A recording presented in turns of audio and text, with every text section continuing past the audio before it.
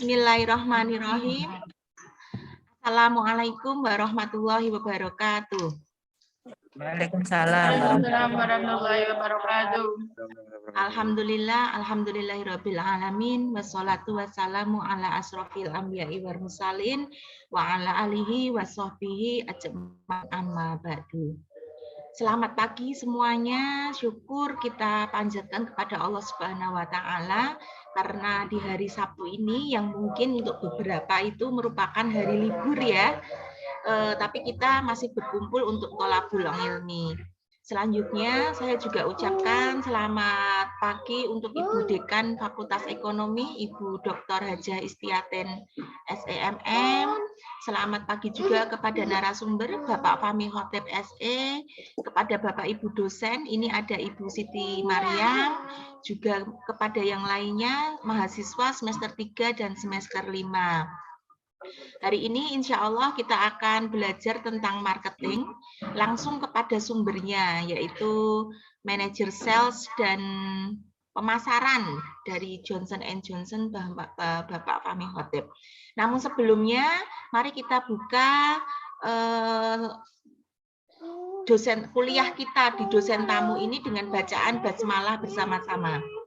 Bismillahirrahmanirrahim. Selanjutnya adalah sambutan opening speech dari Ibu Dekan Fakultas Ekonomi kepada Ibu Dr. Hajah Istiaten. Waktu dan tempat kami persilahkan. Terima kasih. Assalamualaikum warahmatullahi wabarakatuh. Waalaikumsalam warahmatullahi wabarakatuh. Waalaikumsalam warahmatullahi wabarakatuh. Amin. Wassalamu ala asrofil anbiya'i wal mursalin sayyidina wa maulana Muhammadin asyhadu an la ilaha illallah wahdahu la syarikalah wa asyhadu anna Muhammadan abduhu wa rasuluh. Rabbi shrah li sadri wa yassir li amri wahlul 'uqdatam min lisani yafqahu qawli. Amma ba'du. Yang saya hormati Bapak Fahmi Khotib, manajer sales dan marketing dari perusahaan multinasional company Johnson & Johnson. Terima kasih Bapak knowledge sharing-nya kepada kami Fakultas Ekonomi jurusan manajemen yang dikomandani oleh Bu Fitri Setia Marwati. Tadi disampaikan bahwa Bapak adalah sahabatnya Bu Fitri. Leres nggih Pak nggih? Iya Bu, kami dulu satu fakultas. Oh iya. Terima kasih Pak knowledge sharing-nya pada pagi hari ini. Mudah-mudahan barokah dan mendapatkan amal jariah ilmunya yang diberikan kepada kami semua. Dan yang saya hormati Ibu Fitri Setia Marwati sebagai Kaprodi Manajemen, serta juga Bapak Ibu dosen yang pada pagi hari ini bisa bergabung mengikuti knowledge sharing-nya Bapak Fahmi Khotib. Kemudian yang saya cintai dan yang saya banggakan seluruh mahasiswa yang mengikuti kuliah tamu pada pagi hari ini tentang strategi marketing. Mudah-mudahan Allah memberikan kelancaran dan meridhoi kegiatan kita pada pagi hari ini, dan kita semua diberi kesehatan dan kesuksesan serta keselamatan fidini fidunya wal akhirah. Amin. Kuliah tamu merupakan salah satu kewajiban dari prodi yang setiap semester harus diadakan melalui berbagai bidang marketing, keuangan, SDM. Nah, untuk pagi hari ini kita nyuwun sewu giliranipun yang kena sampur menika Bapak Fahmi Khotib. Matur nuwun untuk memberikan ilmunya strategi marketing Pak. Matur nuwun. Mudah-mudahan ini bukan pertemuan pertama dan terakhir. Insya Allah Uniba akan nyuwun bantuanipun Bapak untuk senantiasa silaturahmi melalui kuliah tamu nggih Pak nggih. Kemudian saya berharap kepada mahasiswa pada pagi hari ini bisa mengikuti dari awal sampai akhir ya, karena betapa pentingnya ilmu yang diberikan oleh Bapak kita ini.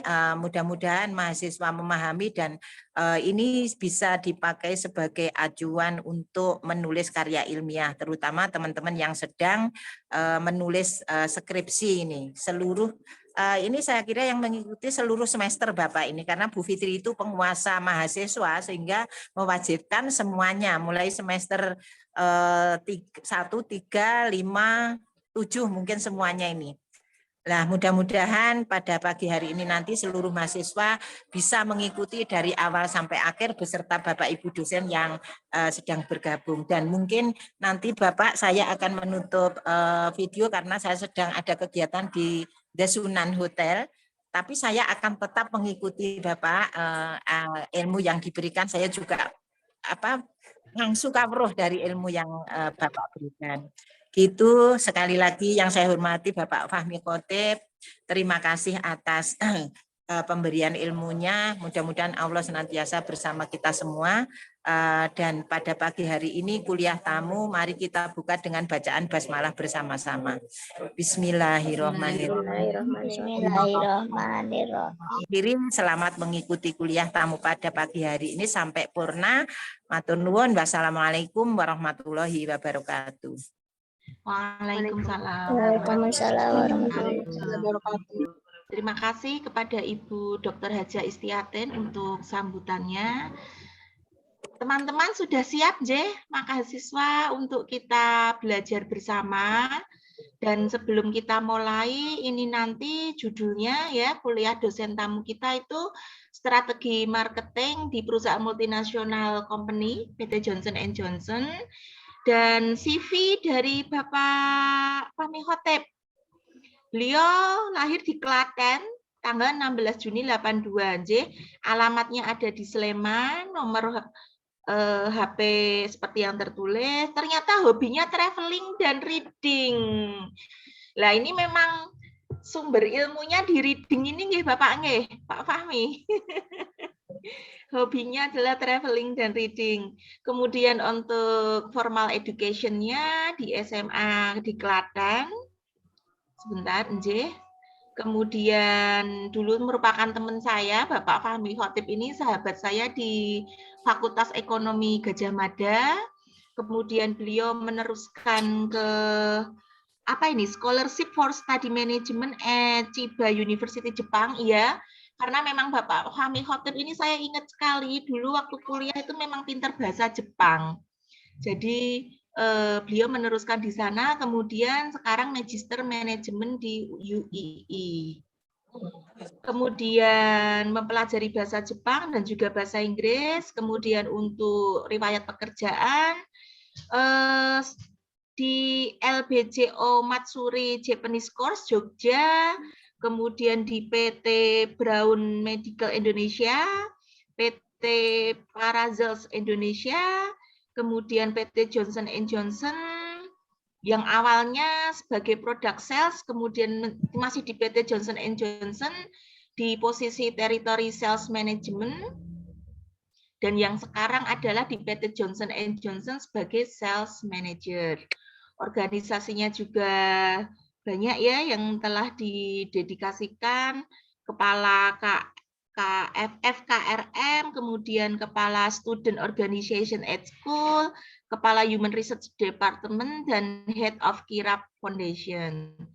Oh, ternyata prestasinya juga banyak sekali sebagai the best graduate in secondary and senior high school, the best product knowledge training PTB Brown Medical Indonesia, kemudian mendapat beasiswa dari JIEC for Study Management at Chiba University Jepang, dan juga the best performance in PT Johnson & Johnson Medical Indonesia.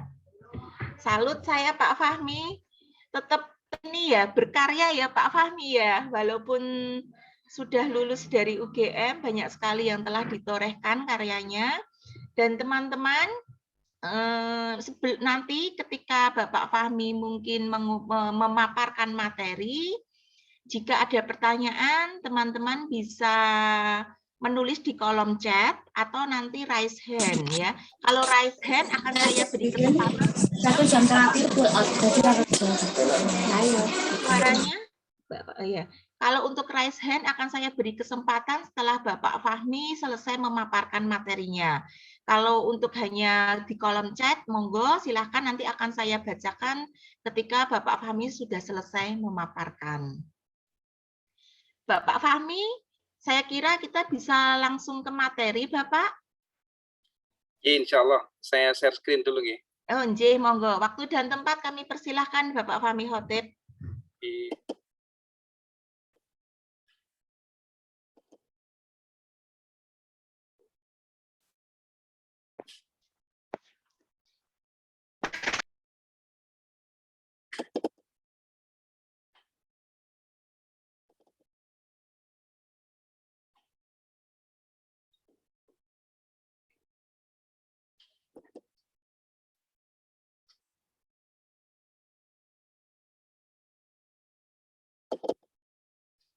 Apakah sudah kelihatan, Bu Fitri?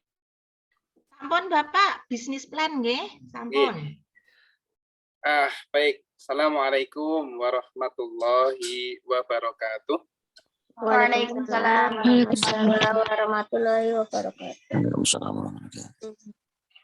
Alhamdulillahilladzi an'amana bi ni'matil iman wal islam wa salatu wa salam Muhammadin khairil anam. Asyhadu an la ilaha illallah wahdahu la syarikalah wa asyhadu anna Muhammadan abduhu wa rasuluh. Allahumma shalli ala Muhammad wa ala ali Muhammad kama shallaita ala Ibrahim wa ala ali Ibrahim wa barik ala Muhammad wa ala ali Muhammad kama barakta ala Ibrahim wa ala ali Ibrahim innaka Hamidum Majid. Kepada Ibu Dekan yang kami hormati, salam hormat kami dari saya. Kemudian kepada Ibu Fitri yang kami hormati dan kami banggakan, pada Ibu Raisa. Semoga yang pertama saya doakan Universitas Badik ini akan semakin maju dan menjadi leader untuk ke depan. Insya Allah dengan semangat kebaikan, Allah akan mudahkan segala sesuatu yang diniatkan oleh karena semangat kebaikan. Amin, amin, amin. Pada kesempatan kali ini, saya akan melakukan sharing-sharing sedikit saja, tapi lebih ke arah praktis ya. Kalau mungkin di kuliah kan, di perkuliahan biasanya theoretical, nah kami lebih akan ke arah praktis. Kami coba sajikan beberapa data yang relevan, yang bisa mungkin sedikit banyak dimengerti oleh para mahasiswa sekalian. Semoga ilmu ini nanti akan bermanfaat untuk ke depan selama di Batik, bahkan nanti ke depan selama di dalam kancah pergulatan bisnis ke depan. Baik, pada kesempatan yang pertama ini kami akan sedikit memberikan ilustrasi mengenai perencanaan bisnis kami untuk 2022. Tapi kami hanya cupliki beberapa hal saja. Nah, ini ada yang menarik Bapak Ibu semua.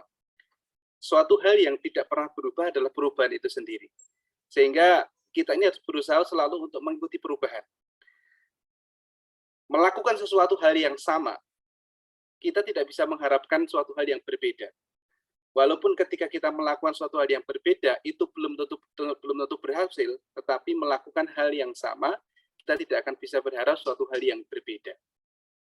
Sehingga kalau kita lihat bersama ya, kita ada fakta di mana dulu Nokia, HP Nokia, zaman saya dulu masih pertama pegang-pegang HP itu kan menjadi HP yang sangat favorit itu. Tetapi mengapa kok Nokia itu sekarang tidak sefavorit Samsung atau bahkan dibandingkan dengan Xiaomi dan sebagainya? Padahal dulu itu orang kalau bilang HP ya Nokia itu, waktu itu. Nah, kenapa misalkan ada kita berikan contoh yang nyata ya, studi yang sekitar mungkin 2, 3, 4 tahun yang lalu itu mengatakan bahwa PT Pos Indonesia itu tidak menjadi sebuah perusahaan yang jasa dalam bidang pengiriman, itu bukan menjadi perusahaan yang nomor 1 dalam perkembangannya. Masih kalah dengan misalkan JNE dan sebagainya. Padahal waktu saya masih kecil itu, banyak orang itu bercita-cita untuk menjadi pegawai pos karena gagah itu. Dan saya kira kita bisa melihat bersama perkembangannya sekarang itu. Kenapa bisa seperti itu? Kemudian mengapa ada juga sebuah sekolahan, kalau saya pernah meneliti dalam beberapa hal kayak mungkin SD, SMP, atau bahkan di beberapa tempat perusahaan yang lain juga perkembangannya begitu lambat itu. Dan kemudian dia akhirnya diselip atau kemudian didahului oleh perusahaan yang lain. Itu kenapa itu? Nah, pada kesempatan kali ini kami ingin coba paparkan sedikit tentang jawaban-jawaban dari 2 pertanyaan yang tersebut dalam slide ini itu, dengan sebuah studi yang nyata yang ada dalam beberapa perusahaan itu, terutama yang akan saya sampaikan adalah di perusahaan kami itu. Baik, slide-nya sesuai kan Ibu Fitri? Takutnya tidak sesuai. Iya, ini di pertanyaan tadi Bapak. Oke. Karena baik. sudah ada gambar. Ya. Nah, ini kalau saya sama Bu Fitri ataupun Bu Dekan pasti banyak yang ingat ya. Waktu zaman dulu itu ada namanya Satria Baja Hitam itu.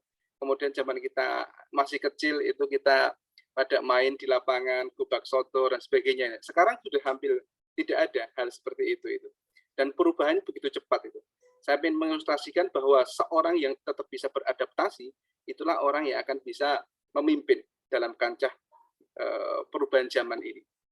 Baik, pada kesempatan pertama kami ingin menerangkan ataupun memberikan ilustrasi. Kalau tadi pernah disampaikan tentang video mengenai Johnson & Johnson, nah kami akan menerangkan sedikit mengenai apakah itu Johnson & Johnson dan bagaimana itu.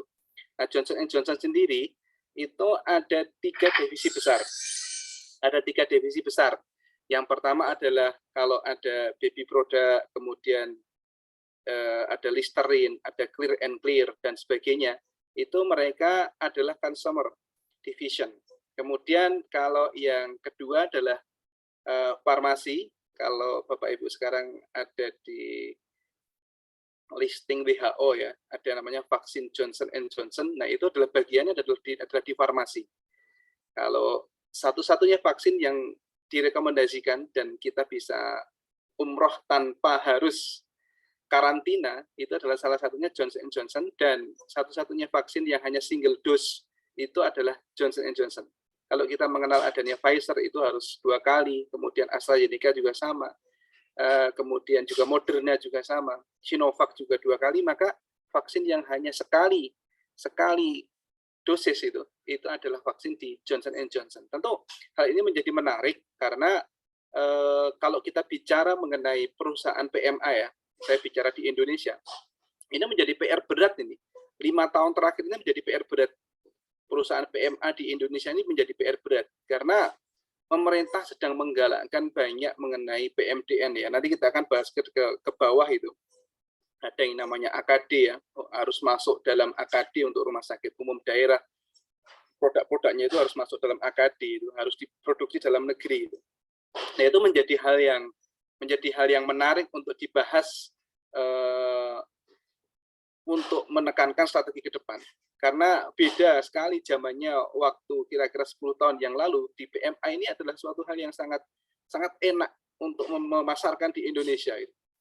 Karena ibarat kata belum banyak kompetitor, kemudian produknya juga hak patentnya belum habis, dan berbagai hal yang lain, sehingga tentunya sebuah strategi yang bisa mengadaptasikan dan kemudian mencari pemecahan atas celah-celah marketing atau diskrepensi itu menjadi hal yang sangat penting untuk dibahas dalam ke depan ini. Nah, divisi yang selanjutnya ini adalah divisi medical. Divisi medical ini ada suture, kemudian ada juga endosurgery. Kalau Bapak Ibu semua ada mungkin saudara yang dioperasi. Nah, ini kebanyakan adalah produk-produk kami itu banyaknya adalah di dalam kamar operasi kebanyakan, tapi ada juga di luar kamar operasi. Kalau ada yang pernah melakukan operasi untuk mungkin keluarganya atau mungkin tetangganya, ada namanya operasi laparoskopi. Laparoskopi itu adalah teknologi yang cukup terkini, di mana kalau orang itu operasi, misalkan pembedahan tumor di abdomen atau pembedahan tumor di dalam rongga perut ya, maka rata-rata dia akan dibedah di sayat panjang, itu namanya laparotomi. Nah, kemudian dengan sayatan panjang tadi itu maka healing periodnya atau waktu sembuhnya itu akan lebih lama dibandingkan dengan kalau sayatannya cuma sedikit. Nah, kemudian ada teknologi terbaru namanya laparoskopi, di mana minimal bedah invasif yang kita hanya memasukkan kayak selongsong atau trokar begitu, kemudian ada kamera dan juga ada instrumen kayak gunting, kemudian ada hemostatnya untuk pengertian pembuluh darah dan sebagainya. Nah, itu menjadikan pasca operasi itu menjadi lebih enak. Healingnya, penyembuhannya jadi lebih cepat itu. Dan saya yakin nanti ke depan akan ada yang namanya teknologi robotik gitu. Dan berbagai hal yang lain. Ini sudah di luar negeri sudah mulai banyak ini robotik untuk operasi-operasi itu. Nah, baik, saya terangkan begini karena nanti saya mohon izin untuk sedikit membahas atau sharing mengenai masalah strategi marketing ke depan, terutama dari produk yang ini, Johnson Medical. Johnson Medical ya, Johnson Medical. Nah, nanti kita akan banyak mengarah ke sini. Dan perlu kita ketahui bersama bahwa dalam setiap 2 sampai 3 ya mungkin 3 sampai 5 tahun itu di Johnson & Johnson sendiri itu suatu hal yang biasa ketika terjadi perubahan manajemen itu. Karena memang manajemen itu harus berubah sesuai dengan pasar. Jika tidak, maka dia akan ketinggalan. Catat ini ya. Manajemen ketika ingin tetap eksis dan menjadi market leader, maka dia betul-betul harus menyesuaikan dengan pasar, dengan menganalisis dan sebagainya. Kemudian dia menentukan segala strateginya. Salah satu contohnya adalah kami itu kemarin beberapa kali menjual apa namanya, menjual beberapa produk, ya udah dijual saja itu, dan tidak ada masalah dalam bisnis seperti itu. Ketika memang hal itu diputuskan untuk suatu hal yang baik untuk kedepannya, walaupun itu ibarat kata harus kehilangan produk itu, tentunya tidak ada masalah ketika sudah diperhitungkan dengan benar itu. Tetapi hal yang menjadi pokok adalah bahwa setiap perusahaan biasanya punya mother of franchise, ya, yang biasanya dalam divisi itu hampir susah sekali kalau itu mau dijual, karena itu menjadi pondasinya yang dia harus pertahankan, dan dia akan selalu berinovasi di situ. Halo, baik, saya lanjutkan yang berikutnya. Ini nanti pertanyaan di akhir atau langsung, Bu Fitri? Di akhir, Bapak, di akhir. Di akhir. Pemaparan dulu, selesaikan. Oh, baik. Nah, kita sedikit sharing mengenai apa namanya, objektif kami di 2022. Kita ingin increase market share, yaitu meningkatkan market share di angka 5-7%. Nah, ini perkara yang tidak gampang. Untuk market share 5-7% itu tidak gampang, tetapi kita memang punya planning ke sana, dan biasanya kalau kami sudah punya planning itu betul-betul all out, kemudian kita berusaha terus-menerus untuk melakukan yang terbaik. Nah, growth-nya yang kita ingin capai itu adalah sekitar 23%. Nah, sekali lagi, saya fokus pada pertemuan kali ini adalah fokus pada bisnis yang bukan consumer, bukan farmasi, tetapi fokus kepada penjelasan bisnis tentang masalah B2B, yaitu produk-produk medical, produk-produk yang dijual di rumah sakit ataupun klinik ataupun tempat yang di situ ada di dalamnya operasi. Nah, ini saya terangkan dari awal ya, biar nanti ada kesamaan frekuensinya itu. Kalau ada pertanyaan nanti silakan diajukan biar kami bisa menjelaskan lebih detail. Nah, potensialnya seperti apa? Nah, ini sedikit gambaran ya kepada adik-adik yang saya cintai semua. Jadi ketika kita menentukan target, kita pengen objektifnya itu pengen naik growth sekian dan sebagainya, tentu kita harus tahu bagaimana apakah itu target itu betul-betul bisa direalisasikan atau tidak. Tentunya kita harus menghitung bagaimana potensial area tersebut itu. Saya hanya menghitung sekilas saja dari beberapa area dari Jateng dan Jabar serta DIY, itu ada lebih dari 354 hospital itu. Kemudian lebih dari 30.000 kasus operasi per bulan. Mungkin sekarang udah, kalau ini masa corona ya, masa corona, sehingga kalau di luar masa corona mungkin di atas ya sekitar 2 kali lipatnya. Kemudian ada banyak sekali user, kita sebut user kami itu adalah dokter, yaitu pemegang pisau atau dokter bedah itu.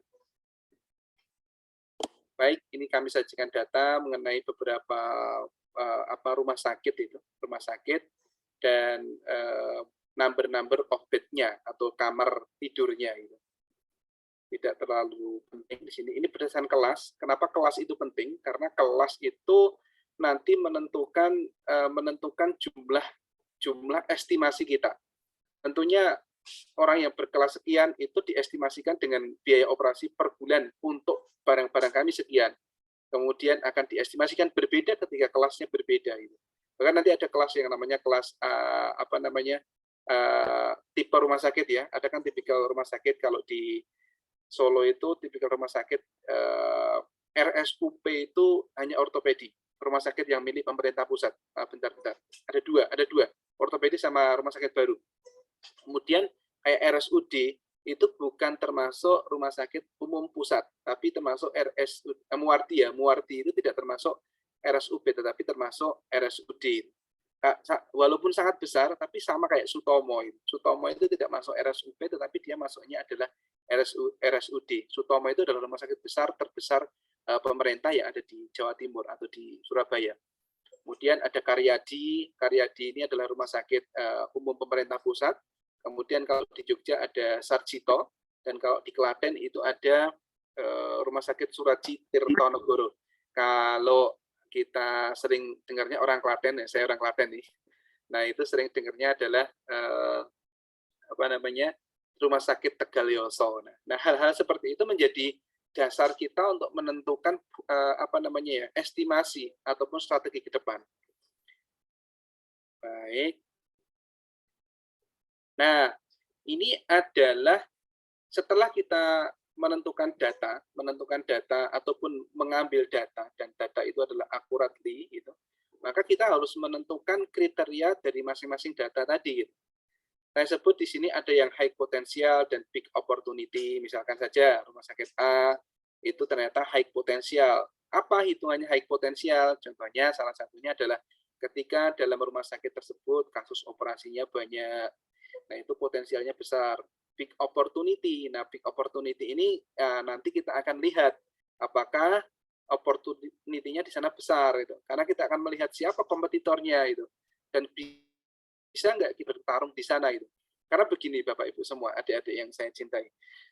Kami itu pernah kedatangan seorang lulusan terbaik dari Harvard University. Kemudian dia hadir di Indonesia, kemudian dia akhirnya meneliti gitu. Kemudian menentukan sebuah strategi gitu. Kemudian strategi itu berusaha untuk dipaksakan. Karena menurut dia secara data analisis ini kebijakan yang sangat bagus itu. Dipaksakan. Itu serius dipaksakan itu. Nah, tapi akhirnya yang terjadi adalah gagal strategi itu. Setelah dievaluasi selama 3 tahun, strategi itu gagal dan timnya dilebur itu. Saya ingin bilang bahwa faktor data analisis ini nggak cuma angka Bapak Ibu semua. Faktor data analisis itu kita harus memperhitungkan berbagai hal. Salah satunya adalah buying marketnya, kekuatan daya belinya gitu. Kemudian juga masalah psikologis yang lain adalah tentunya contoh ya, saya sebetulnya agak tabu ngomongin itu, tapi kita bicara yang biasa karena dalam dunia misalkan pemerintahan itu, kemudian di rumah sakit itu yang namanya under table money, atau mungkin ada ibarat kata kalau dalam Islam itu riswah, itu ya memang ada gitu dan cukup kental itu. Nah, itu hal-hal yang harus diperkirakan itu. Tidak bisa kita ngomongin data aja. Kalau kita ahli data, bahkan tadi saya bilang ya lulusan cukup terbaik dari Harvard University datang menjadi salah satu manajer di Indonesia ini, kemudian dia menerapkan ilmunya yang ia dapat itu, kemudian ia menganalisis tentunya dengan suatu studi yang sangat keren itulah. Nah, itu kemudian dia berusaha untuk melakukan promosi strateginya itu sampai ke Asia Pasifik. Di Indonesia nggak boleh sampai ke ASEAN, Asia Pasifik, dan akhirnya di-approve itu. Itu tidak jaminan bahwa strateginya akan berhasil ketika faktor-faktor yang ada itu tidak komplit. Ada hal yang hilang dari analisisnya. Kira-kira begitu. Makanya di sini kita lihat bahwasanya kita harus melihat adanya high opportunity, high potensial, kemudian big opportunity. Ada juga yang low potensial tetapi big opportunity. Maka kita nanti akan mengklasifikasikan ini, kemudian akan melakukan tindakan-tindakan sesuai dengan kriteria ini. Tentunya kalau kita memulai ataupun semangat, itu harus semangat pada yang high potensial, pada big opportunity. Tapi walaupun dia high potensial tapi low opportunity, kita akan tinggal sebentar ini. Kita akan lebih senang ngerjakan yang low potensial tapi big opportunity. Kenapa? Karena energi kita harus betul-betul ketemu kepada pasangan ataupun calon customer yang tepat. Jikalau tidak, nanti kita akan merasa bahwa pekerjaan kita ini agak berat ataupun strategi kita ini kurang tepat untuk rumah sakit tadi, untuk customer tadi gitu ya. Artinya ketika kita menentukan strategi, salah satunya kita harus menentukan hot button ibarat kata itu. hot button-nya itu di mana. Nah, ini yang saya sebut hot button adalah ketepatan kita dalam menembak. Kan kalau kita menembak beruang dengan peluru-peluru karet itu atau peluru lunak, tentu tidak akan ngefek buat dia. Beda kalau kita nembak belalang gitu. Tentu peluru dan juga ganya harus disesuaikan dengan kondisi yang ada. Kira begitu. Nah, ini adalah sebagai salah satu gambaran sedikit saja. Ini hanya saya ambil hanya yang di Jateng ya. Ini. Kemudian kalau kita klasifikasikan dia masuk kuadran yang mana. Nah, kuadran itulah nanti akan menentukan kita di mana akan menentukan langkah-langkahnya itu mulai dari mana. Baik. Nah, ini yang nanti saya mungkin agak panjang dalam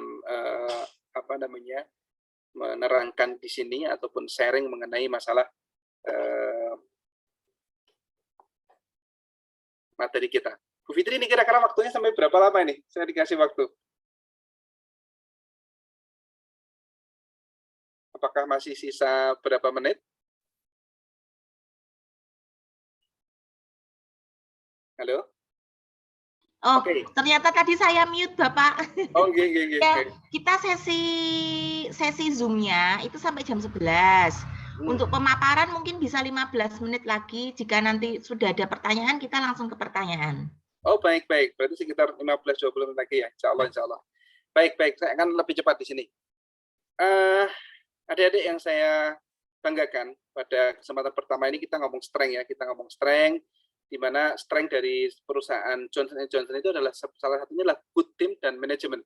Secara salary, kemudian secara secara manajemen itu sebetulnya termasuk middle up lah. Mungkin bisa dikatakan di tingkatan rata-rata yang cukup atas itu.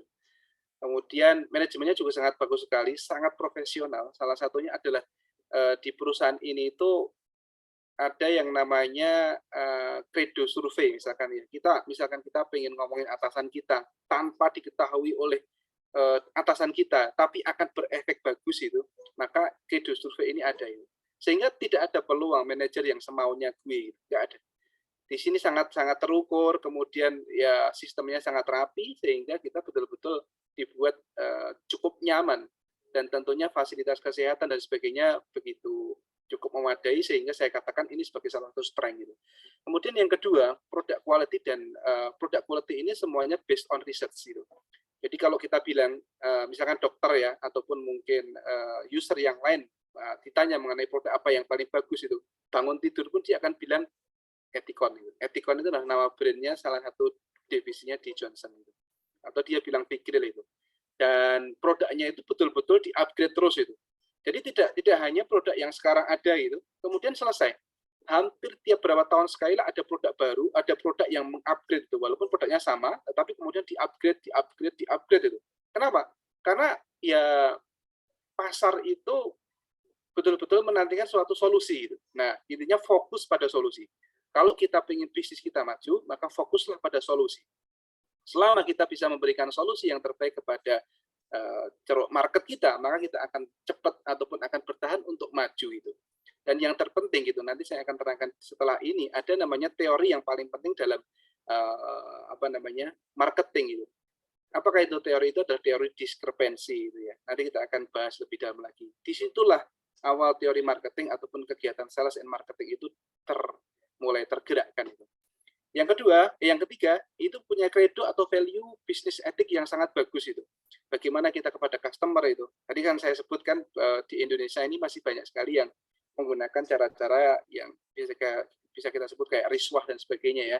Nah, di Johnson & Johnson ini no way, tidak boleh. Kalau sampai ada karyawan yang ngasih aja pulsa kepada HCP atau healthcare profesional, nah, itu baik perawat, dokter dan sebagainya, maka dia di-cut, tidak ada ampun.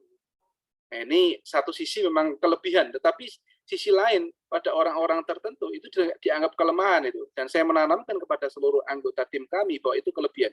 Kelebihannya kenapa? Kelebihannya salah satunya adalah dengan ini kita hidup akan lebih berkah.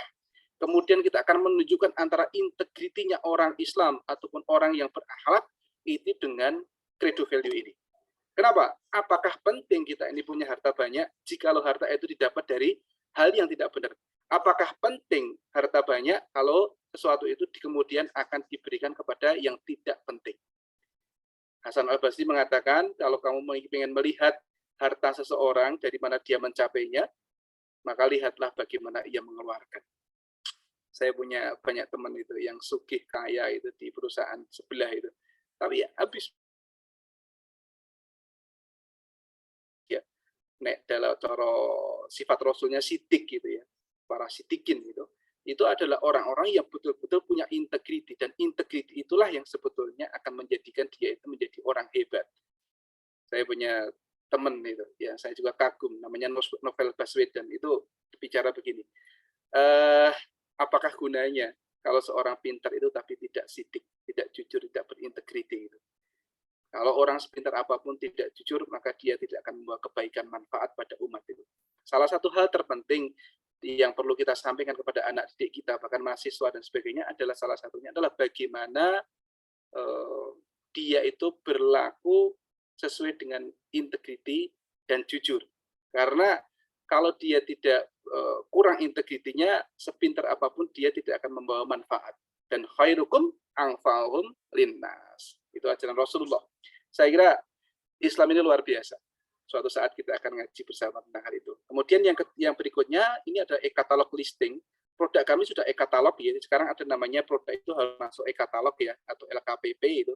Kalau dia pengen diorder oleh sebuah rumah sakit itu. Kemudian berikutnya adalah di tempat kami itu sangat lengkap dengan adanya Prof Ed itu, atau Prof Clinical Literatur itu. Itu merupakan kelebihannya. Nah, kelemahannya salah satunya adalah less manpower compare with kompetitor itu. Terus terang kami agak sedikit orang itu. Kemudian yang kedua adalah minimumnya marketing activity. Kemudian yang ketiga adalah minimumnya program pada market access ya. Kita misalkan ke mana itu, ke Kemenkes, kemudian kita ke Dinkes dan sebagainya, itu agak lemah tahun lalu. Tahun ini kita programkan dengan program yang lebih baik agar betul-betul menjadi lebih maksimal lagi. Kemudian tidak ada factory, tidak ada pabrik di Indonesia. Ini saya ngomong medical ya. Kalau kita ngomong pharma, kita ngomong mengenai konsumer, ini ada pabriknya. Ini ngomong medical nggak ada. Nah, ini yang berikutnya adalah kelemahannya adalah complicated system. Yang tempat kami itu karena PMA itu complicated sekali. Nah, opportunity yang kita bahas ini adalah dalam beberapa kawadanan itu, beberapa provinsi itu punya lebih dari 270 hospital, kemudian surgery-nya banyak, kemudian market share kami itu masih sedikit. Artinya apa? Kalau market share-nya kami masih sedikit, 25%, itu masih bisa ditingkatkan lagi. Walaupun kompetitornya juga banyak, tidak hanya 4, tapi bahkan 10 lebih. Kemudian BPJS policy. Nah, ini yang terakhir. Nah, ini Bapak Ibu semua.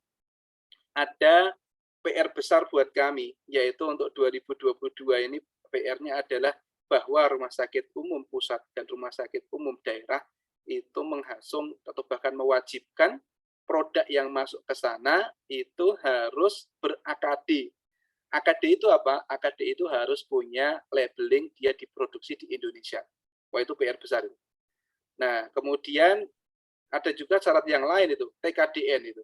Kalau yang Alkes belum sampai TKDN. TKDN ini adalah berapa persen jumlah raw material itu harus dicukupi ketika pengen masuk listing dalam produk-produk rumah sakit umum daerah dan punya pemerintah itu.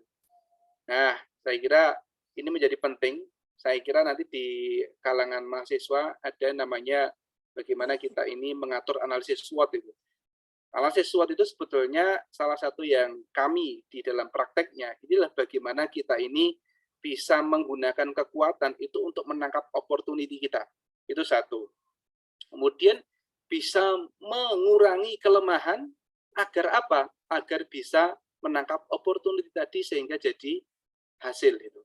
Bisa juga dengan cara lain di mana kita punya kelemahan. Kalau kita punya kelemahan, kemudian kita juga punya ancaman, yaitu tidak punya factory di Indonesia.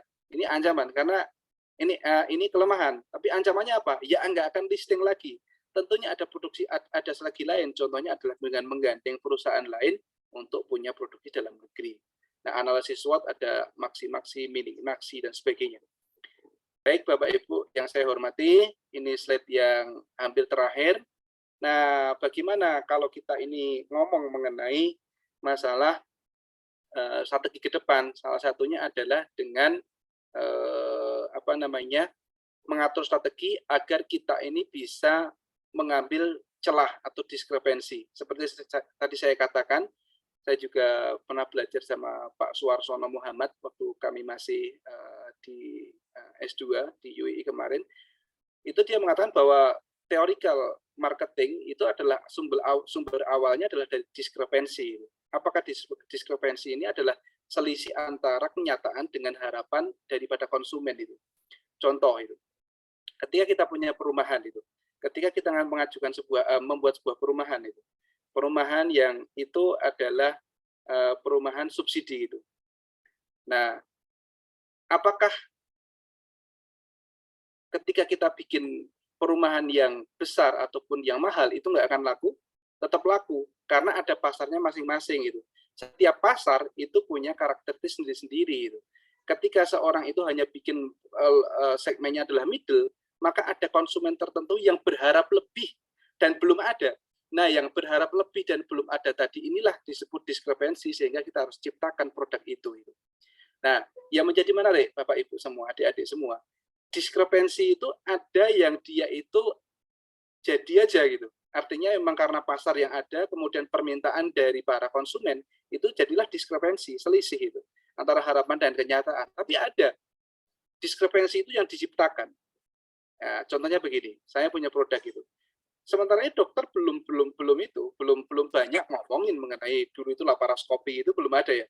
Tapi ketika kita ada seorang yang punya ide kreatif, kemudian akhirnya kita mencetuskan ilmu laparoskopi, bahkan ada yang namanya high speed unit dan sebagainya. Terlalu dalam kalau saya ngomong di situ, takutnya beda frekuensi itu. Tapi intinya ketika ada produk tadi, kemudian akhirnya kita melakukan edukasi pasar itu. Edukasi pasar itu tadilah yang akan menjadikan dokter tadi punya harapan lebih. Harapan lebih ini ditangkap oleh yang punya edukasi pertama. Itu PR. Kalau kita punya inovasi, kemudian kita edukasi, dan edukasinya itu dengan sangat masif, dan inovasinya tadi sebetulnya berdasarkan research, maka kita akan menjadi market leader dalam produk tersebut. Karena kita orang yang edukasi pertama. Ini penting ketika kita diskrepensi ini adalah suatu hal yang sangat penting ketika kita menentukan dalam riset produk, kemudian dalam cara marketing dan sebagainya. Dalam cara marketing juga beda-beda. Kalau kita ngomong mengenai di rumah sakit itu, kita ngomong ya saya dulu pertama kali masih jadi tim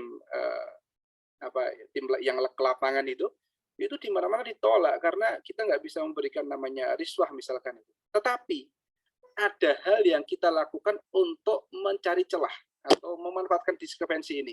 Kemudian kita temui terhadap orang-orang yang saintifik dan sebagainya, sehingga sebetulnya kebutuhan dia nggak cuma itu kok, tapi kebutuhan dia adalah quality, kebutuhan dia adalah pendidikan dan sebagainya.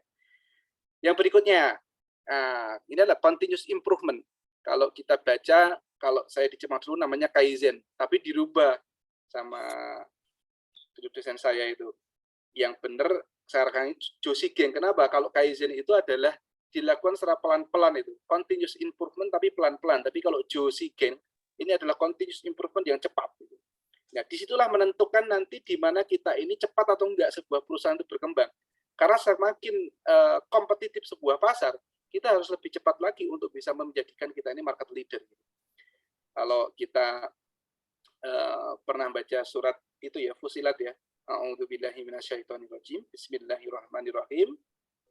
Innal ladzina qalu rabbunallahu tsumma istaqamu tatanazzalu 'alaihimul malaikat alla takhafu wa la tahzanu wa abshiru bil jannati allati kuntum tu'adun. Itu dikatakan innal ladzina, ketika orang-orang itu berkata rabbunallahu tsumma istaqamu, kemudian dia istiqomah, maka dia akan malaikat akan turun dan akan memberikan kepada dia selamat. dua komponen kesuksesan disebutkan dalam Quran tadi. Yang pertama adalah komitmen Rabbunallahu, komitmen kita pengen menjadi orang yang sukses, kita akan menjadi perusahaan yang besar, kemudian tsumastaqamu. Apakah itu? Menjadi orang yang istiqomah. Nah, istiqomah itu kata gampang, tetapi prakteknya tidak gampang. Hanya orang yang sabar, orang yang punya dedikasi, orang yang punya integriti yang dia itu kan bisa istiqomah. Baik, kemudian yang terakhir di sini adalah dalam slide ini adalah meningkatkan yaitu competitive advantage. Jadi ini juga awalnya juga dari diskrepensi juga. Kita mengambil celah yang mana, kemudian kita akan meningkatkan competitive advantage atau keunggulan kompetitif dari setiap produk yang mau kita jalankan. Karena dengan adanya keunggulan kompetitif ini kita akan lebih mudah masuk pada angle tertentu atau masuk pada sudut tertentu yang mungkin kompetitor itu tidak punya atau yang mungkin kompetitor itu lemah. Maka competitive advantage ini harus kita canangkan, harus kita teliti, harus kita pupuk dan harus kita lakukan. Kalau salah satu competitive advantage kami yang saya ceritakan di sini, ini adalah manpower-nya itu betul-betul dididik dengan baik. Kami itu ketika kami ketemu dengan dokter bedah, walaupun saya ekonomi ya, tapi kami latihannya itu dengan kadaver, Bapak Ibu semua. Jadi latihannya itu dengan mayat, betul-betul mayat. Ketika kita menjahit dan sebagainya itu nggak ada di tempat lain. Kenapa? Karena kalau seperti itu maka kita akan seperti konsultan ketika ketemu dokter dan dokter pun akan menghargai. Kenapa? Kadang saya pernah presentasi sama dokter, dia bilang presentasimu sangat bagus Pak itu. Saya lupa ilmu itu. Nah itu yang kami pupuk terus di Johnson ini, dipupuk terus sehingga kita betul-betul beda dengan yang lain itu. Itu baru salah satu. Ada beberapa hal yang lain yang insya Allah suatu saat kita ceritakan lagi di kesempatan yang lain itu. Yang namanya competitive advantage atau keunggulan kompetitif itu adalah suatu hal yang betul-betul harus kita pupuk, kita kembangkan dan kita perbaharui. Baik, saya kira saya tidak bisa banyak lagi menceritakan. Tadi ilmunya sudah saya secara garis besar sudah saya sampaikan semua. Saya kira sudah lebih dari 10 menit, 15 menit. Insya Allah itu yang bisa saya sampaikan sebagai penutup slide saya. Perkenalkan saya sedikit cerita mengenai 3 orang yang dia itu berguru pada orang guru yang hebat. Halo? Nah, 3 orang itu tadi berguru pada guru yang hebat. Guru yang hebat tadi kemudian setelah cukup untuk mendidiknya, kemudian dia meminta pada muridnya untuk pergi dari perguruannya. Gitu. Kemudian ditanya, kamu besok pengen jadi apa? Gitu. Yang pertama, saya pengen punya pabrik guru. Gitu. Kemudian dengan pabrik itu saya akan bikin university. Gitu. Terus yang kedua, aku pengen punya, saya pengen berkarya di politik. Dan dengan politik tersebut, saya pengen suatu kala menjadi bupati atau gubernur. Dan dengan itu saya akan menjadi pemimpin yang adil dan mensejahterakan umat itu. Kemudian yang ketiga, saya ingin sederhana saja Pak Guru itu. Saya hanya ingin menemui 3 orang. 3 orang dan kemudian dia akan saya bina menjadi seorang yang hebat. Tapi syaratnya satu, setelah dia jadi orang yang sukses dan hebat, maka dia harus juga membina 3 orang yang sama untuk menjadi orang yang hebat itu. Dan ketika saya sudah selesai dengan 3 orang, saya akan pindah lagi ke 3 orang berikutnya, 3 orang berikutnya, 3 orang berikutnya. 15 tahun, kemudian akhirnya hal itu sudah berlalu. Dan kira-kira siapakah yang paling mengesankan itu? Semuanya mengesankan. Semuanya bisa dapat. Yaitu yang pertama dia punya universitas, jadi pengusaha besar. Kemudian yang kedua, dia menjadi seorang bupati dan menjadi orang pemimpin yang adil. Yang ketiga ini secara prestasi tidak seperti itu, tidak punya jabatan dan sebagainya. Tapi kota itu berubah gara-gara orang tadi. Kenapa? Dengan semangatnya berbagi, dengan semangatnya dia itu berusaha untuk membuat kebaikan kayak multi level begitu, maka kota itu bisa berubah gara-gara dia. Dan sesungguhnya 3 orang tadi secara tidak sengaja itu saling support-mensupport sehingga menjadikan mereka saling berhasil. Adik-adik yang saya banggakan, besok ke depan kita ini bukan ditanya kamu pengen jadi apa 15 tahun ke depan, 10 tahun ke depan, tapi yang paling menentukan kita ini sukses atau tidak, kita akan ditanya kamu mau buat apa. Mungkin begitu yang bisa saya sampaikan pada kesempatan kali ini. Aku lu qouli hadza, astaghfirullahaladzim. Waktu saya kembalikan kepada Ibu Fitri. Alhamdulillah, luar biasa sekali Pak Fahmi Khotib ya, penutupnya juga nasihatnya.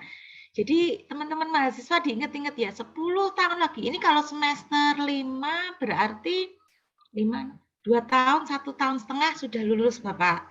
Jadi nanti jangan hanya berpikir kamu jadi apa nih Bapak, tetapi kamu bisa berbuat seperti apa untuk bisa memberikan kontribusi di lingkungan sekitar dan juga masyarakat dan agama. Terima kasih Bapak Fahmi, cukup menarik sekali. Monggo kepada Ibu Siti Maryam mungkin sebagai dosen dari strategi pemasaran global atau mungkin dari mahasiswa ada yang ingin ditanyakan. Sekarang waktunya sesi tanya jawab. Mumpung Bapak bergabung kepada kita bisa ngangsu kawruh secara langsung nggih, mengingat kesibukan beliau. Bapak Fahmi, mungkin saya mengawali. Saya ingin bertanya nggih Bapak. Dalam menyeleksi pasar, Bapak. Oh, dalam Ibu, nggih, Bu Siti Maryam? Nggih. Ya. Nggih, monggo Ibu. Terima kasih Bu Fitri. Assalamualaikum Ya, warahmatullahi Ibu. wabarakatuh. Waalaikumsalam. Luar biasa Pak Fahmi, terima kasih sekali. Satu materi yang menjadi gabungan dari strategi pemasaran dan manajemen strategik nggih. Jadi materi yang kalau kita berikan itu berarti 2 semester nih ya, 2 semester, tapi diberikan Bapak Fahmi dalam satu pertemuan yang luar biasa. Nah, tadi saya tertarik di awal tadi Pak Fahmi bahwa mengatakan istilahnya yang perusahaan yang tetap eksis, yang salah satunya adalah tadi mengatakan ada satu adaptasi ya. Jadi bagaimana kita menyikapi perubahan tersebut dengan satu adaptasi. Nah, beberapa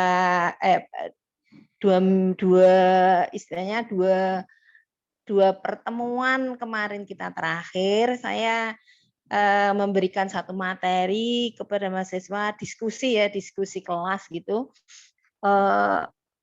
yang membahas tentang strategi pemasaran yang kaitannya dengan satu adaptasi, ada adaptasi ganda, ada perluasan inovasi produk dan seterusnya. Lah mungkin bisa dijelaskan nih Pak kaitannya bagaimana satu adaptasi yang diterapkan oleh perusahaan Johnson ini barangkali, dan mungkin perluasannya tentang perluasan strategi, perluasan produknya dan seterusnya, sehingga yang disampaikan kemarin itu ternyata benar nih di perusahaan gitu loh. Gitu aja dulu, sementara mungkin bisa menjadikan mahasiswa semester 5 khususnya, yaitu memberikan satu wacana begitu. Begitu Bu Fitri, Pak Fahmi, terima kasih. Wassalamualaikum warahmatullahi wabarakatuh. Waalaikumsalam warahmatullahi wabarakatuh. Mungkin bisa langsung dijawab Pak Fahmi? Atau mau ke pertanyaan selanjutnya dulu? Langsung lebih nyaman ya? Yang langsung saja, monggo. Insyaallah. Saya coba berikan contoh saja terhadap di tempat kami. Yang pertama, ketika kita mengadakan perubahan produk, adaptasi mengenai produk ya, tentunya kita harus ada namanya riset ya. Riset yang biasanya sangat efektif itu adalah riset yang dilakukan ketika kita melibatkan pasar. Contoh, misalkan saja kita ingin membuat sebuah produk tertentu itu, misalkan kita ingin membuat produk yang untuk alat operasi ini itu. Kami pernah mengadakan event itu internasional, kemudian dokter-dokter dari berbagai belahan negara itu dikumpulkan itu. Karena tentunya kebiasaan tangan itu berbeda antara dokter Jerman dengan dokter Indonesia itu beda. Disitulah kita kemudian mencoba untuk mengakomodir apa yang diinginkan dokter sesuai dengan kejujurannya. Produk yang diinginkan seperti ini itu apa? Tetapi kita memang tidak hanya memberikan kepada mereka itu pengen apa, tetapi kita sudah memberikan gambaran awal itu. Gambaran awal itu adalah kita punya teknologi seperti ini. Kira-kira nanti dokter ataupun para ahli bedah semua itu kira-kira apa yang harus kita perbaiki dan kita tambahkan gitu. Dan mereka kemudian sangat apresiatif dan kemudian kita berikan apresiasi juga kepada mereka. Nah, dengan begitu maka kita akan menjadi lebih maju dibanding yang lain yang tidak melakukan seperti itu. Seperti saya tadi katakan bahwa ketika kita ini bisa menemukan sebuah produk inovatif, kemudian kita menjadi orang yang pertama mengedukasinya, maka itu adalah salah satu cara kita untuk menjadi market leader. Nah, contoh yang kedua yang tadi saya sebutkan juga mengenai masalah vaksin ya. Dalam masalah vaksin ini kan tentunya ketika kita ngomongin corona ini semua orang berlomba-lomba itu, semua perusahaan berlomba-lomba untuk menemukan vaksin itu. Nah, Johnson & Johnson ini sangat beradaptasi dengan cepat, cukup cepat lah, tetapi sangat aman. Kenapa? Kalau misalkan ya uji klinikal tingkat 2 saja itu kemudian tidak tingkat 3 itu belum berhasil, maka langsung ditarik semua produk itu. Contoh yang berikutnya adalah ketika kami ada satu produk yang dikira itu agak membahayakan, belum terjadi fakta ya, tetapi ada dokter yang mengatakan itu agak membahayakan, maka semua produk itu kita tarik itu, walaupun berbiaya besar. Walaupun itu berbiaya besar itu. Dengan begitu, user itu tentunya akan semakin percaya. User tentunya akan semakin percaya dan semakin trust-nya itu timbul kepada Johnson & Johnson. Kira-kira begitu contohnya Ibu ya. Sebenarnya masih banyak contoh, insya Allah kita paparkan lain waktu. Terima kasih Pak Fahmi. Sama berarti Pak Fahmi ya.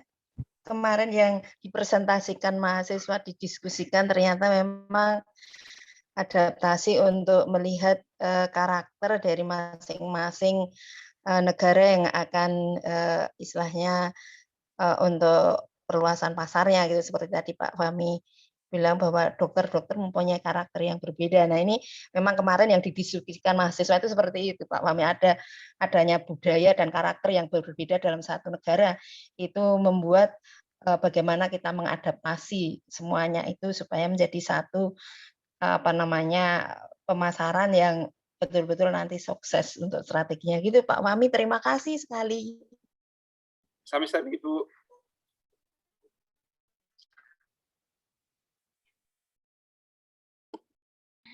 Ibu Siti Mariam, terima kasih untuk partisipasinya. Selanjutnya ini sudah ada yang raise hand, Mbak Pipit Fitriah. Monggo Mbak Pipit. Ini mahasiswa semester 5 Bapak, Pipit Fitriah ini Bapak. Oh, monggo. Ya, selamat pagi Pak. Selamat pagi. Sebelumnya saya mau bertanya, kan tadi sudah dijelaskan bahwa perusahaan itu kan harus mampu beradaptasi, termasuk dalam pembentukan strategi marketing. Gitu. Pertanyaan saya, kapan dan kondisi seperti apa yang paling tepat dalam pengubahan strategi pemasaran itu dalam perusahaan? Terima kasih. Silakan Bapak Fahmi. Tadi pertanyaannya kapan dan waktu yang paling tepat untuk kita mengadakan perubahan ya. Perubahan itu sebetulnya sesuai kebutuhan. Pertama, kebutuhan kita mengenai apa yang diinginkan oleh perusahaan. Yang pertama, kebutuhan mengenai target-target perusahaan. Tentunya tidak lepas dari yang namanya leader di situ ya. Ketika seorang leader mentargetkan sesuatu, maka saat itulah mungkin perubahan itu dilakukan dengan tepat itu. Saya bisa mencontohkan ya, misalkan saya kebetulan juga mengelola beberapa BMT, lembaga mikro keuangan dan beberapa yayasan juga itu. Itu kita lihat user ataupun leader itu beda-beda. Ada yang dia itu hanya pengen seperti BMT kecil-kecil itu, tapi ada yang BMT pengen sampai ke internasional kayak Tumang itu. Tentunya perubahan itu akan menyesuaikan juga yang pertama dengan visi misi daripada si leader tadi itu. Nah, itu yang pertama. Yang kedua, perubahan itu bisa kita lakukan ketika memang itu sangat dibutuhkan pasar dan kita ingin mengambil keunggulan kompetitif dari dalam perubahan tersebut itu. Contoh misalkan, ketika kita contoh perusahaan di tempat kami ya, misalkan saja dari segi perubahan jenis produk gitu. Jenis produk, misalkan kami sekarang ini ada namanya benang, tapi benang yang tanpa simpul itu. Jadi kalau kita melihat orang dioperasi kan pasti dijahit ya, dijahit itu. Nah itu kan pakai simpul, harus disimpul, harus ditaleni. Gitu. Nah, kemudian perusahaan kami ini berusaha untuk melakukan perubahan, yaitu dengan cara menggunakan sebuah benang di mana benang itu sudah tanpa simpul lagi. Itu menjadi penting ketika operasi itu, terutama laparoskopi atau operasi di dalam perut itu yang kita agak susah untuk menjahit itu. Nah, kapan kita melakukan perubahan itu? Secepat mungkin. Ketika kita udah punya inovasi yang baru, ini mengenai masalah inovasi ya, Inovasi ini semakin kita ini berusaha untuk mencari inovasi dengan produk yang baru, itu kita akan menjadi market leader. Tapi kalau kita ngomongkan daripada manajemen perubahan di dalam perusahaan sendiri itu, maka itu menyesuaikan dengan visi misi yang ada. Kalau visi misinya ternyata tidak sesuai ataupun karyawannya belum bisa diajak lari untuk menuju perubahan tersebut, maka seorang leader pun tidak akan bisa melakukan perubahan dengan cermat dan tepat ketika tidak dibarengi dengan sebuah sistem yang sudah ada. Saya katakan, kesiapan sistem itu menjadi salah satu pertimbangan dalam membuat sebuah manajemen perubahan.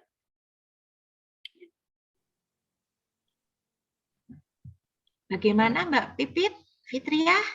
Sudah clear? Sudah, Pak. Terima kasih jawabannya, Pak. Insya Allah sudah.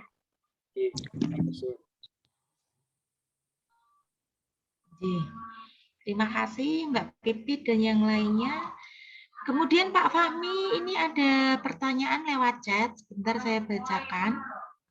Sebentar. Dari Ulfah. Assalamualaikum, selamat pagi Bapak Ibu yang saya hormati. Saya Ulfah Nur Hanifah, manajemen B1 semester 5. Saya tertarik dengan satu slide materi yang telah Bapak sampaikan sebelumnya, yaitu continuous improvement. Sebenarnya, seberapa pentingkah continuous improvement di dalam suatu perusahaan? Dan apakah melakukan pembaharuan seperti menciptakan suatu program baru untuk mendukung selarasnya target kinerja dengan visi dan misi pada suatu perusahaan, itu juga termasuk dalam continuous improvement.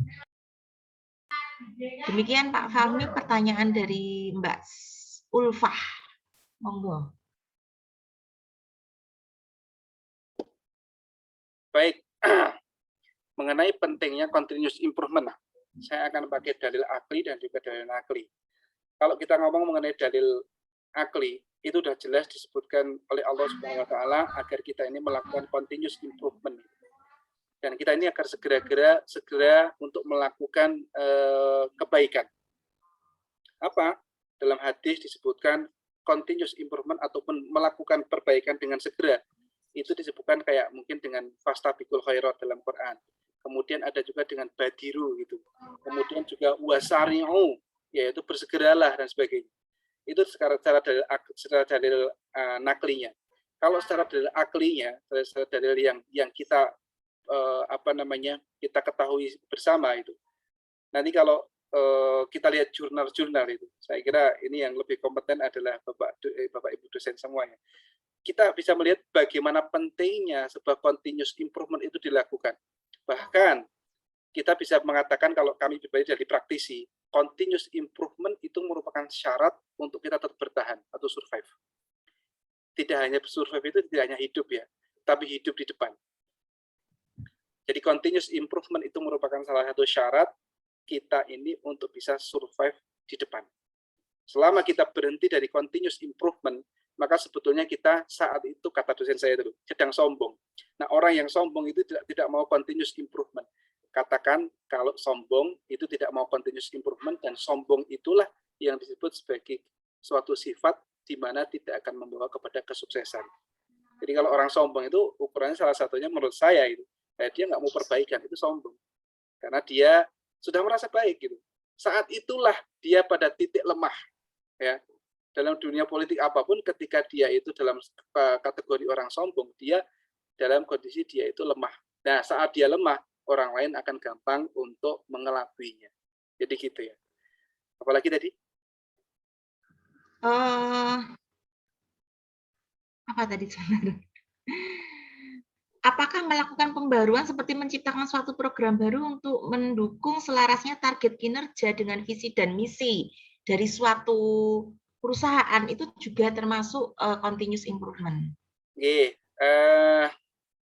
so itu. Tapi pertanyaannya apakah itu selalu tepat dan tidak, ya tergantung dari sisi itu ya, sisi apa namanya, kita bisa melihat secara komprehensif dulu, nggak bisa kita lihat dari satu sisi itu. Tentunya kita bedakan antara continuous improvement dalam masalah produk dengan continuous improvement dalam masalah SDM itu. Dalam arti kata program ya, program SDM. Karena kebetulan kemarin saya itu tertariknya memang manajemen strategi, tetapi ngambil fokusnya itu di manajemen SDM. Sementara saya orang pemasaran itu. Jadi ngomongnya kalau gitu dengan itu, mohon maaf Bu Fitri dan Bu Dekan. Nah, ketika kita ngomong mengenai program baru dalam sebuah sebuah sistem ya, mungkin program baru dari karyawan dan sebagainya. Kalau pengalaman kami itu tidak semuanya juga program baru itu pasti berhasil. Program baru yang dipaksakan itu justru tidak berhasil. Kadang-kadang, seringnya kayak tadi saya bilang, saya adalah salah satu orang Harvard University yang dia itu ya pinter lah pastilah, secara analisis bisnisnya keren banget itu. Tetapi tidak semuanya yang seperti itu pasti baik, gitu. Tetapi kita tidak boleh menyalahkan juga orang seperti itu ya. Karena kenapa? Seperti slide saya di awal tadi, misalkan kita pengen berharap hasil yang berbeda, tetapi cara kita melakukan masih sama, tentu kita tidak akan mendapatkannya. Ya, kita tidak bisa berharap hasil yang berbeda ketika jalan yang kita pakai masih sama. Kalau kita ingin suatu hal yang berbeda, kita harus melakukan suatu improvisasi cara. Walaupun cara baru tadi belum tentu berhasil. Artinya, di sini saya hanya pengen bilang, analisis yang komprehensif untuk melakukan strategi perubahan itu menjadi dasar ya, yang tepat untuk kita melakukan perubahan. Kira-kira begitu, Mbak. Terima kasih Bapak Fahmi Khotib. Semoga jawaban dari Bapak Fahmi Khotib sudah cukup jelas, Mbak Ulfah. Nggih. Sudah cukup jelas. Jika memang nanti ada kurang jelas, tanya lagi nggih Bapak nggih. Ini monggo, silakan. Baik Bapak, ini ada pertanyaan lagi dari Mbak Siti Fatonah. Ini semester 5 juga kelas malam Bapak. Bahwa tadi Bapak Fahmi menyebutkan ada brand dari Johnson & Johnson itu vaksin yang hanya 1 kali Bapak. Nah, kalau itu hanya 1 kali, pertanyaannya adalah apakah ada kendala atau kekurangan ketika memang vaksin itu akan dipublikasikan atau dipasarkan, Bapak? Karena itu kan pionir ya, Bapak, 1 kali. Padahal selama ini kan ada yang 2 kali, bahkan ada yang harus booster lagi 3 kali, begitu, Bapak. Pertanyaan dari Mbak Siti Fatonah. Iya, Masya Allah. Nah,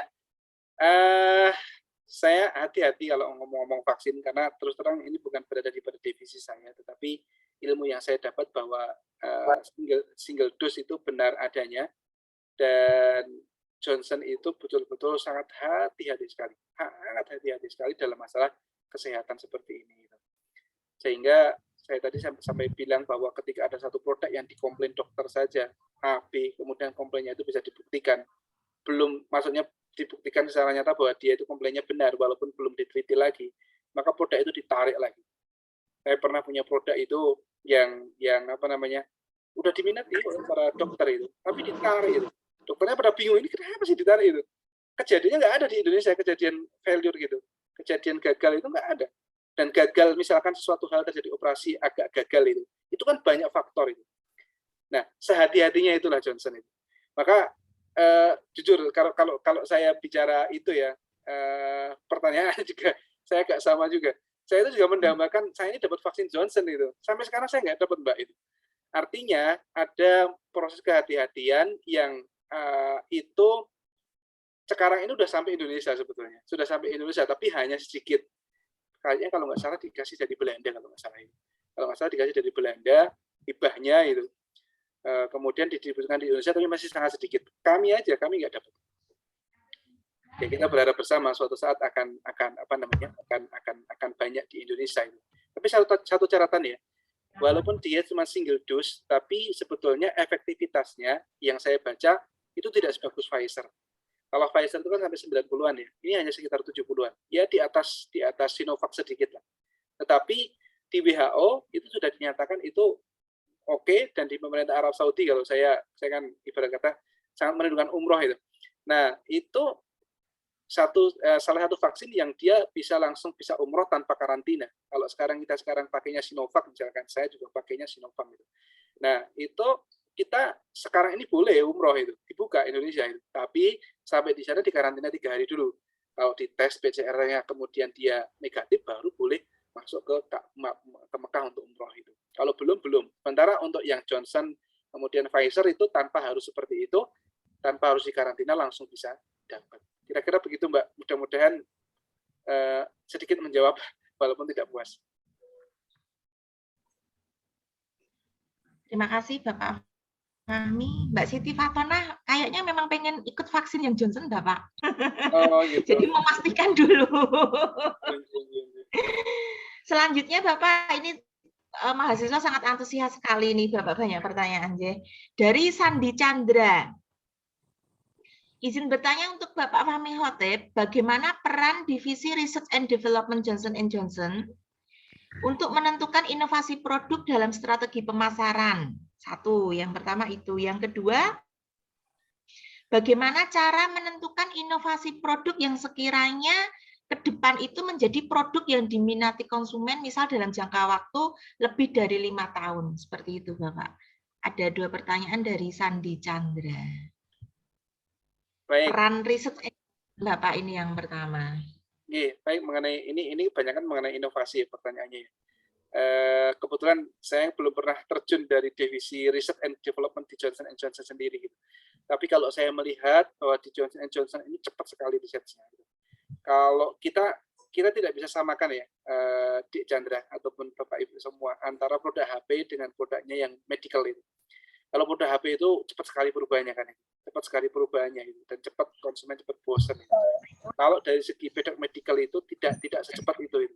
Kami melakukan perubahan, misalkan ada yang namanya kami produk antibakterial itu, antibakterial suture itu sampai berapa ya? Sudah 25 tahun ini masih menjadi market leader terus itu.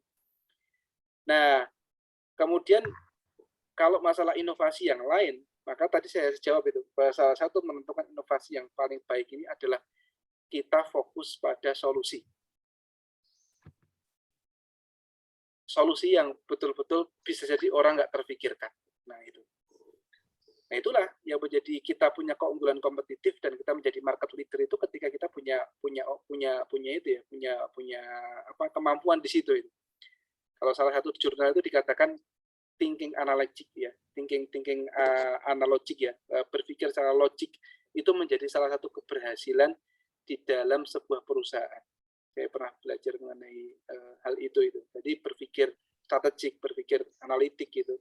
Itu adalah salah satu yang harus dimiliki oleh seorang leader ataupun seorang research and development supaya dia itu bisa menciptakan inovasi yang kreatif gitu. Kira-kira begitu. Tadi sudah saya jawab mengenai bagaimana caranya. Salah satunya adalah setelah kita melakukan research and development itu, kemudian ketemu produk yang bagus, maka kita akan undang para user kita. Para user kita, kemudian kita berikan pemaparan begini itu. Dia rata-rata user yang diundang Johnson itu selalu wah itu. Ibarat kata wah itu maksudnya begini. Dia wah ini teknologi yang sangat bagus ini. Tinggal dia nanti kemudian mengatakan kurangnya ini itu. Nah, dengan adanya kurangnya ini itu, nanti akhirnya kita akan sempurnakan produk itu sampai nanti betul-betul bisa launching. Itu pun tahapnya sangat banyak. Jadi kalau dikatakan 5 tahun di medical jarang yang cuma 5 tahun itu. Biasanya sampai mungkin belasan tahun, bahkan sampai 20-an tahun masih jadi market leader-nya. Memang agak beda ketika kita di barang-barang konsumer. Kira-kira begitu. Berarti itu ada uji pasar nih Bapak Fahmi Khotib nih? Nggih, ada. Nggih, tapi memang uji pasarnya beda dengan produk-produk konsumer atau produk-produk yang bukan medical, karena medical ini kan kode etiknya begitu banyak ya. Kalau uji pasar itu kemudian dilakukan di pasar langsung, nah itu nanti jadi masalah. Yang saya maksud adalah kalau mengadakan clinical study itu pasti, dan clinical study itu kadang-kadang juga sampai 4-5 tahun bahkan lebih. Itu baru clinical study-nya, belum nanti prosesnya dan sebagainya. Sehingga panjang. Iya, soalnya kaitannya sama. Halo? Ya, halo, Bapak dengar suara saya? Iya, sampun. Ini. Ya, karena memang butuh waktu lama dan berbeda dengan produk. Misalnya memang secara tidak langsung kan kaitannya dengan nyawa nggih Bapak, karena kan medical nggih, jadi perlu kehati-hatian itu tadi. Nggih, Bapak paham. Betul Mbak Fitri, betul sekali. Nggih. Nggih. Monggo, mungkin masih ada pertanyaan lagi dari teman-teman, nggak harus semester 5 loh, semester 1, semester 3. Mumpung Pak Fahmi Khotib hadir di sini di tengah kita. Kalau Bapak Fahmi kegiatannya di Johnson & Johnson, home base-nya berarti di Jawa Tengah nggih Bapak Fahmi? Atau bagaimana? Iya, saya di Jogja. Oh, di Jogja. Nggih. Jogja. Berarti rekan-rekan kalau mau ngasuh kawroh, kalau melewatkan kesempatan ini harus ke Jogja ini. Monggo, yang masih mau bertanya, Mas Nur Solihin mungkin, ini mahasiswa semester 5 juga. Sosiawan, halo Sosiawan. Iya, Bu. Ada pertanyaan Mas Sosiawan, mumpung ketemu langsung dengan Bapak Fahmi Khotib. Ya, Mbak Jumira juga tuh, Mbak Alfi. Nah, Cukup, pripun Mas Sosiawan? Cukup, Bu. Cukup. Mbak Jumira.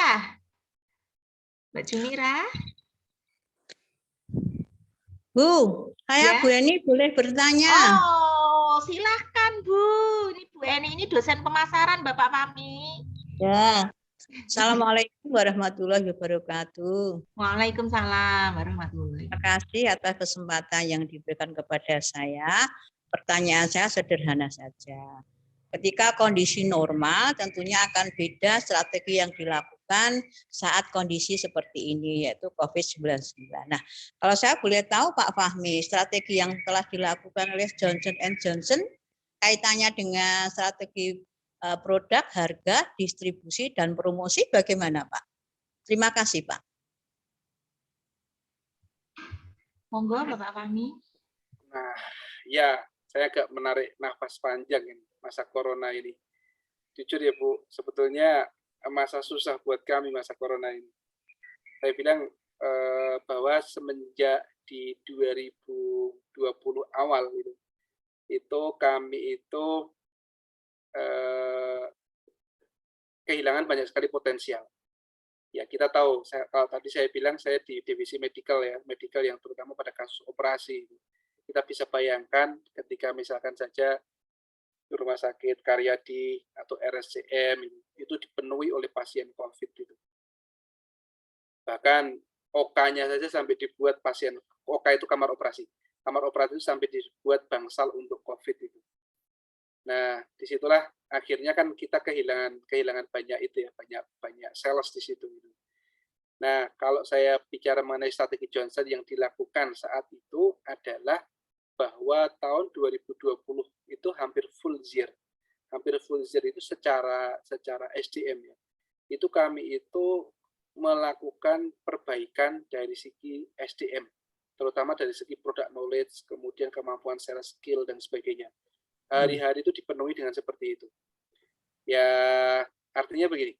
Tadi kan kita sempat melihat bagaimana analisis SWOT ya, di mana kalau kita ingin menjadikan kita menjadi lebih baik, salah satunya adalah dengan memaksimalkan strength agar mampu menangkap opportunity.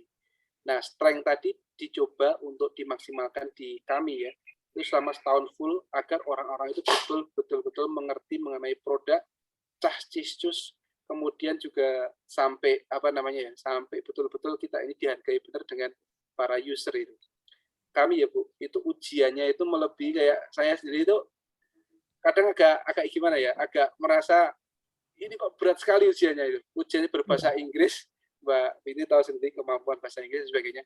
Nah itu kemudian akhirnya itu melebihi ujian tesis lah, melebihi ujian kompre itu.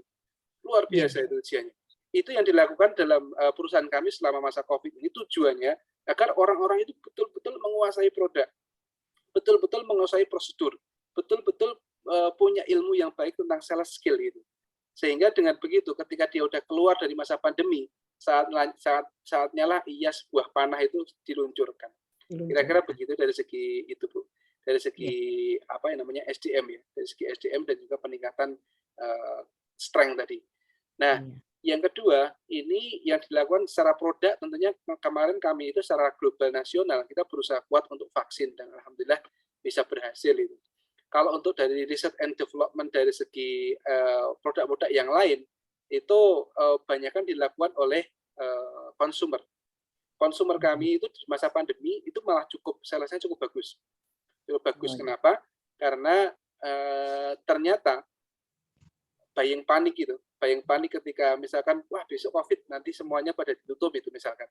Nah, ternyata dengan seperti itu menjadikan supermarket itu diborong rame. Masih ingat ya waktu itu ya. Sehingga banyak orang yang akhirnya beli ke supermarket kebutuhan-kebutuhan, termasuk kebutuhan consumer itu, Bu. Sehingga saya ingin bilang bahwa bisnis yang salah satunya yang bagus itu salah satunya adalah bisnis yang dia itu korporasi. Dalam arti kata, di mana satu sisi dia bisa bagus, sisi lain dia bisa jadi pas jelek pas zamannya corona misalkan itu. Nah, itu akan saling menyelamatkan. Sehingga bisa dibilang bahwa salah satu perusahaan medical yang tidak layoff satupun, tidak layoff karyawannya satupun di internasional ini, yang kompetitor kami itu adalah cuma Johnson & Johnson.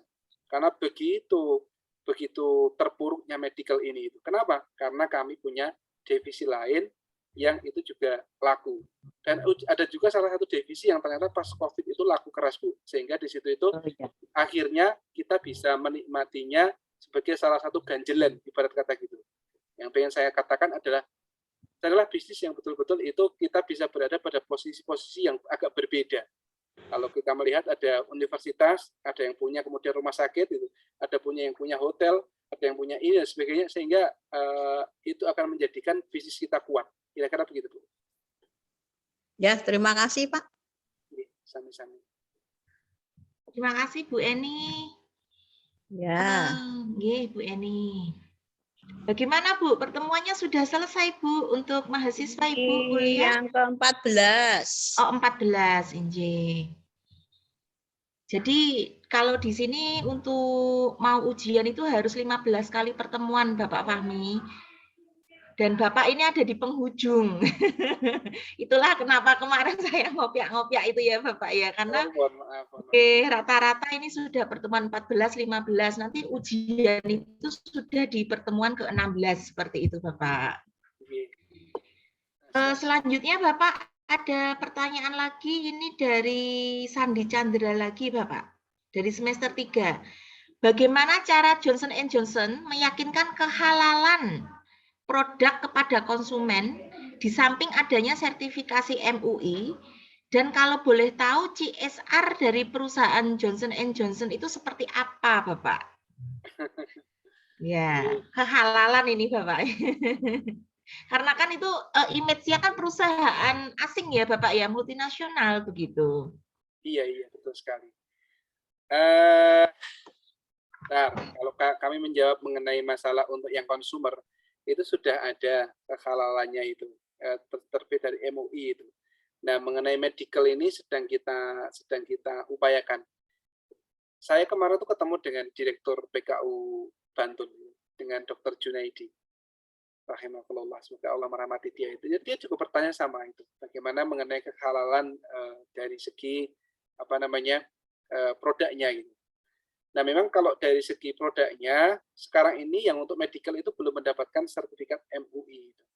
Karena kan kita ketahui bahwa dia memang dia multinasional ya. Yang di Amerika di sana nggak ada MUI yang opiak-opiak itu.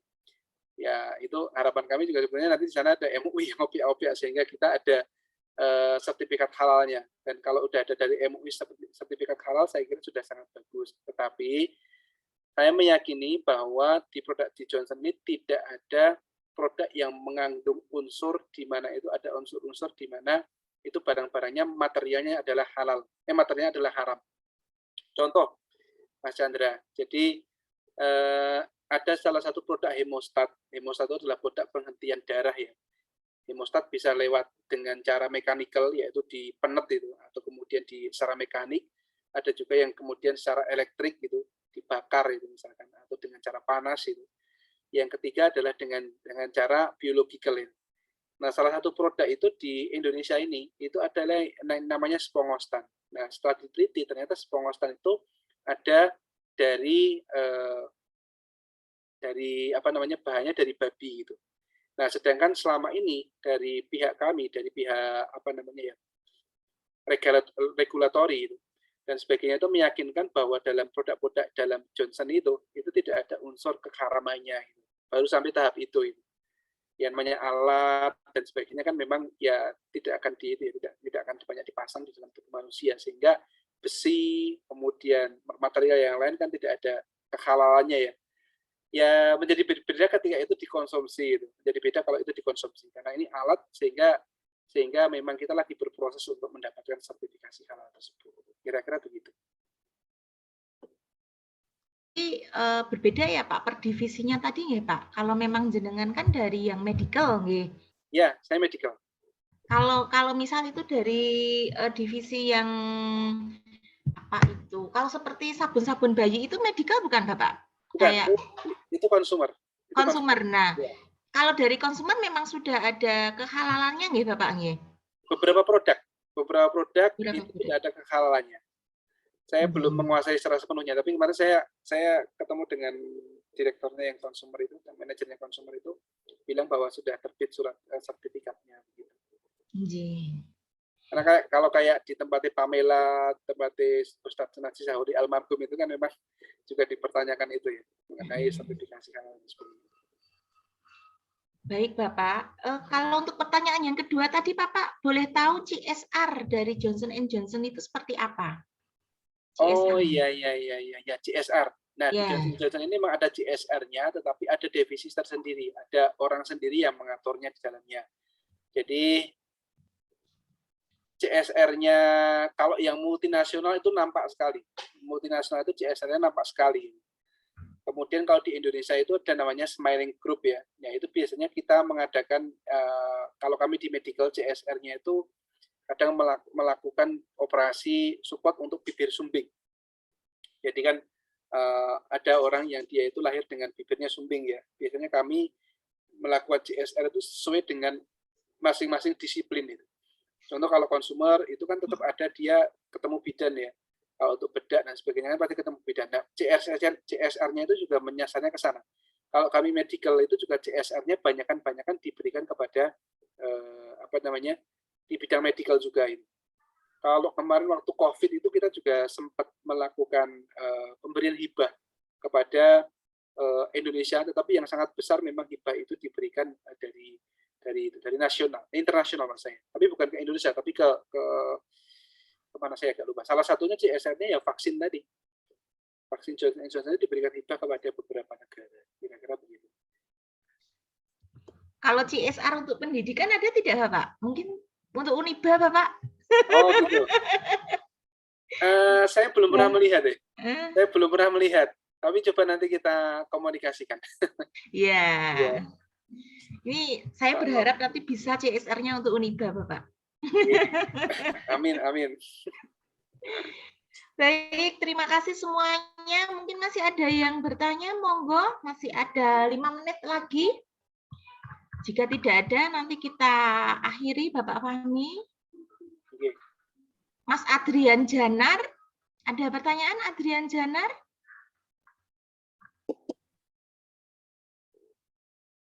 Ya, tidak ada jawaban. Sepertinya nggak ada Bu, nggak ada pertanyaan. Siapa ini? Mas Adrian Janar Bu. Oh iya, monggo. Terakhir Mas Adrian. Enggak Bu, nggak ada pertanyaan ada. Bu. Oh ya. Terima kasih Mas Adrian.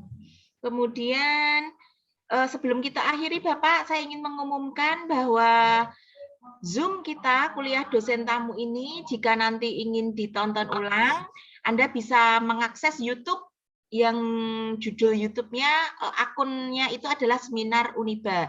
Jadi nanti mungkin bisa difahami kembali apa yang ingin isi dari pemaparan dari Bapak Fahmi Khotib di akun YouTube, atau mungkin nanti juga bisa di-share kepada teman-teman yang lainnya.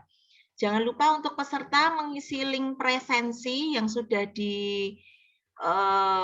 oleh Ibu Raisa di kolom chat ya, karena nanti akan mendapat sertifikat tidak Bu Raisa? Bu Raisa? Oke. Iya, Bu. Oh, mendapat sertifikat nih sebagai peserta dari kuliah dosen tamu. Demikian Ibu Dekan, Ibu Istiaten, juga kepada pengampu mata kuliah pemasaran dan juga pemasaran global, Ibu Eni, Ibu Siti Mariam, juga kepada rekan-rekan mahasiswa semuanya dari semester 1 sampai semester 7. Terima kasih juga kepada Bapak narasumber, Bapak Fahmi Khotib. Semoga ini bukan yang terakhir nih Bapak Fahmi Khotib. Karena masih banyak sekali yang bisa di-sharingkan nanti nggih Bapak Fahmi Khotib. Dan juga untuk rekan-rekan ada nanti sesi selanjutnya tanggal 26 nggih Bapak Fahmi Khotib. Betul nggih? Kita kuliah dosen tamu lagi untuk yang ekonomi Islam. Ya, insya Allah. 27 sama 26 nih? 26 Bapak. Atau 27 monggo nanti disinkronkan dengan Ibu Raisa. 27 ya Bu Raisa kayaknya nih. Kalau 27 Senin. 27 hari 27 Senin. ya? 26 hari Minggu. Ya. Nggih. Nanti kita komunikasikan lagi insya Allah. Nggih.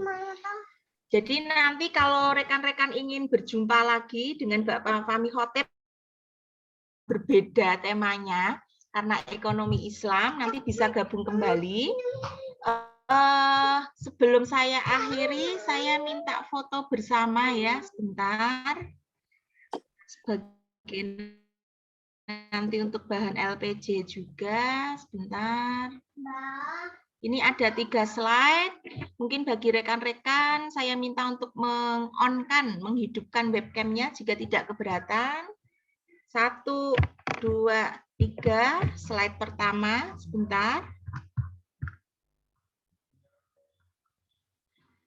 Kemudian sekarang slide kedua, 1, 2, 3.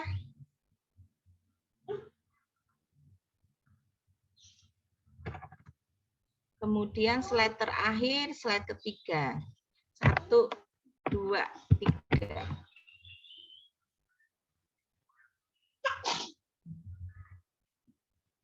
Oke. Sebentar. Ini gimana? Ya, sebentar. Sebentar Bapak, ini ada yang ya. Oke. Terima kasih semuanya. Semoga apa yang sudah kita pelajari hari ini bisa membawa manfaat dan juga berkah, bukan hanya untuk diri kita sendiri tapi juga untuk lingkungan nanti. Kita memberikan yang terbaik untuk masyarakat, agama, dan juga negara. Wabillahi taufiq wal hidayah. Wassalamualaikum warahmatullahi wabarakatuh. Waalaikumsalam warahmatullahi wabarakatuh. Terima kasih Pak Fahmi. Iya. Salam buat nyonya Pak Fahmi. Sudah lama sekali saya Terima tidak. kasih Pak Fahmi. Saya live group nggih Pak Fahmi, matur nuwun.